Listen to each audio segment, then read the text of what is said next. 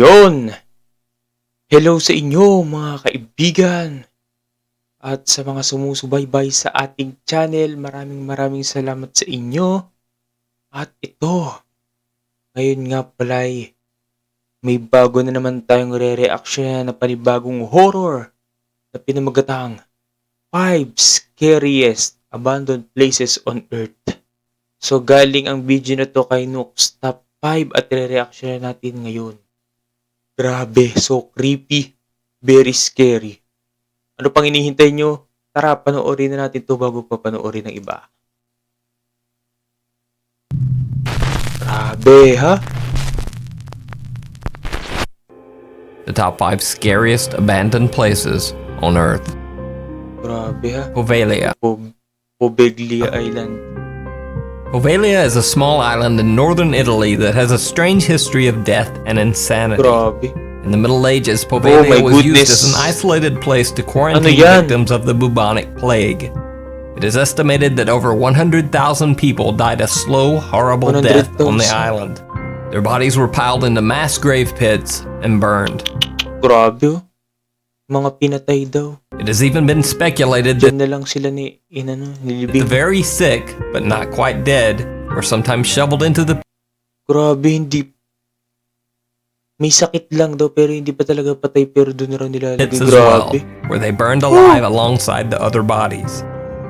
The locations of the graves are unmarked and unknown, so there are likely bones buried all across the island. Grabe namang island. As if Poveglia's history weren't already creepy enough, in 1922, a poorly constructed insane asylum was built on Poveglia Island. Oh my goodness. Mentally ill of Venice were abandoned at the asylum and left to die. Legend has it that in the 1930s, one of the asylum doctors went insane himself and began performing strange experiments on the asylum patients.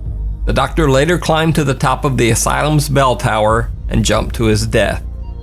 In the last decade, construction crews were called in to rebuild the decaying island hospital, but the construction project was suddenly abandoned without cause.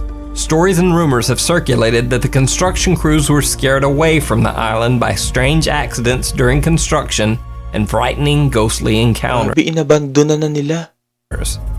Today, the island remains abandoned. The Italian government prohibits anyone from visiting Poveglia Island. Bawal pumunta ang kung sino man. Pripyat, Ukraine. Sa isla na yun. On April 26, 1986, Chernobyl reactor number 4 ayan yung sumabog na nuclear power plant daw, no? went into full nuclear meltdown during a failed routine safety test. 31 workers died directly from the meltdown and the resulting radiation sickness. It is also estimated that the meltdown might have caused over 5,000 cases of cancer across Europe, and this number continues to grow to this day. Most affected by the Chernobyl nuclear meltdown were the citizens of the nearby town of Pripyat, Ukraine. Gawa ng radiation, no? Kasi masama yun. Even though workers and Russian officials nakakasira siya ng DNA yun. At the nuclear power plant knew immediately about the meltdown, the citizens of Pripyat were given absolutely no warning for 24 hours. Residents began to report severe headaches and cases of uncontrolled fits of coughing and vomiting blood. Goodness. Finally, 24 hours later, the citizens of Pripyat were evacuated. They were told that the evacuation was not that serious and would only last 3 days, so they should only bring the bare essentials, leaving behind everything else.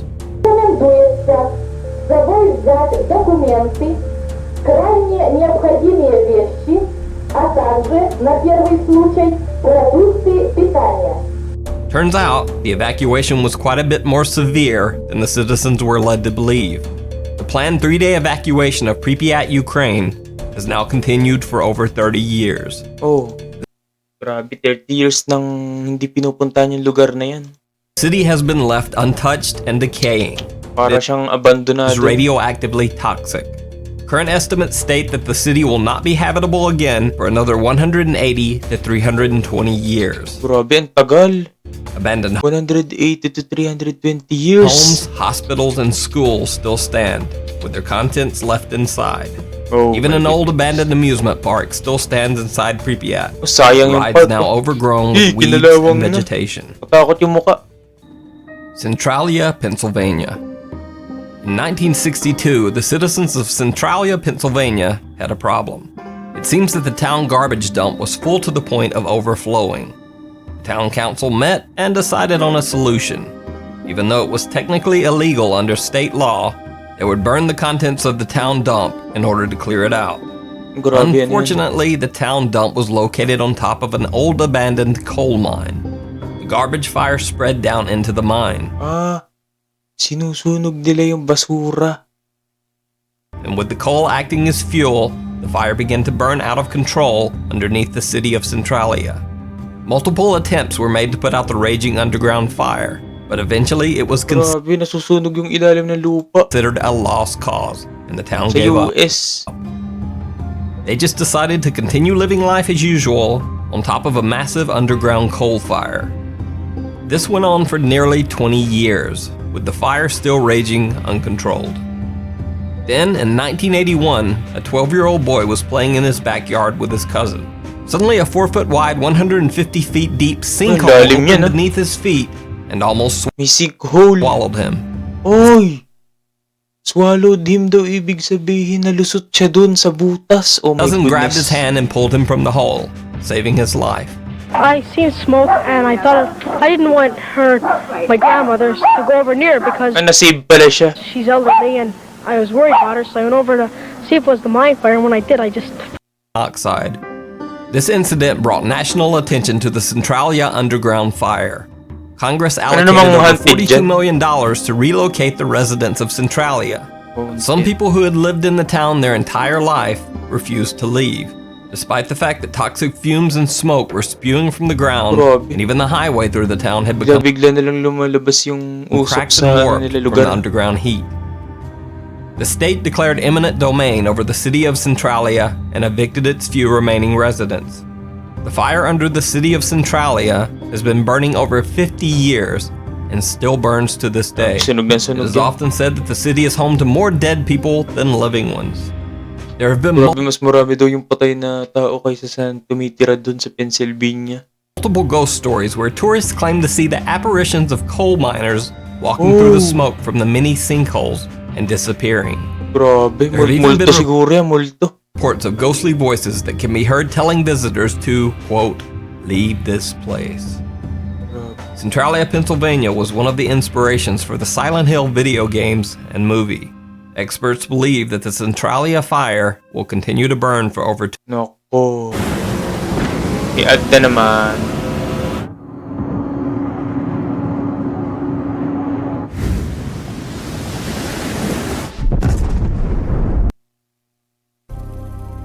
The Ilha Snake de Island. Camatagrange, also known as Snake Island, is just off the coast of Brazil. It is known as one of the world's most dangerous islands. You see, the island is inhabited almost entirely Grabe. by a species of large Mga venomous ahas. snakes. These snakes, called the golden lancehead pit viper, are found only on the island and are some of the most deadly Dila-dila snakes eh. known to exist. The golden lancehead's venom is said to be 3 to 5 times stronger than that of any mainland snake, and is so toxic that it can actually Venomous melt talaga human yan. skin. The island is absolutely covered with ultimate state that it is said that their 3 children. One night, a window in the lighthouse was left. Keeper and his family tried to flee the lighthouse and make it to his boat, but they were all bit multiple times as they tried to escape. Days later, the lighthouse keeper's boat was found still tied offshore. Inside the boat, the lighthouse keeper and his entire family were found dead. Oh my goodness, namatay. No one was willing to take the lighthouse keeper's place on Snake Island, and the abandoned lighthouse still sits empty to this day. Uy, Sanji Sanji UFO houses. The Sanji UFO houses were a May UFO house pala. complex of oddly shaped houses constructed in New Taipei City, Taiwan in the late 1970s. Sa Taiwan. The construction project was said to be cursed from the start. You see, the developer chose to build the homes on what had once been the burial site for hundreds of Dutch soldiers. But then, to make matters even worse, as far as curses go, the construction company chose to split a sacred Chinese dragon sculpture in order to widen the road into the housing development. After that, everything just seems to have gone downhill. During the construction of the homes, there were multiple fatal on-site accidents and even several suicides. By this time, the local population of New Taipei City widely regarded the entire area and the homes themselves as cursed by dark forces and Oh my spirits of the goodness. dead. Sinumpa doon ng mga demoniacs. Tsaka ng mga So their forces. homes themselves as cursed by dark forces and spirits of the dead. Dark So there forces wasn't daw. really a lot of demand to Ang masamang purchase espiritu. the homes. The entire project Matakot was naman dyan sa abandoned loob, and no? the Senji UFO houses were left empty. Then in Walang nakatira. 2010, the houses were torn down completely. Sigurado may multo dyan. Plans to build a new seaside resort in its place. Oh! As of today, the new seaside resort has never been built, and the site of the Senji Sayang. UFO houses remains eerily abandoned. So yan, tapos na. At napanood na natin ang 5 abandonadong scariest abandoned places on earth daw, pero hindi naman tayo natakot.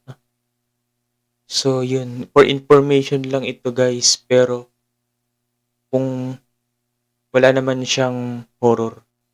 So ayan, dyan na nagtatapos ang ating reaction video, at kung nagustuhan yung video na to, ay mag-like na kayo at subscribe. At maraming salamat sa inyong panonood. Kita-kits on my next vlog, next reaction video. Bye-bye!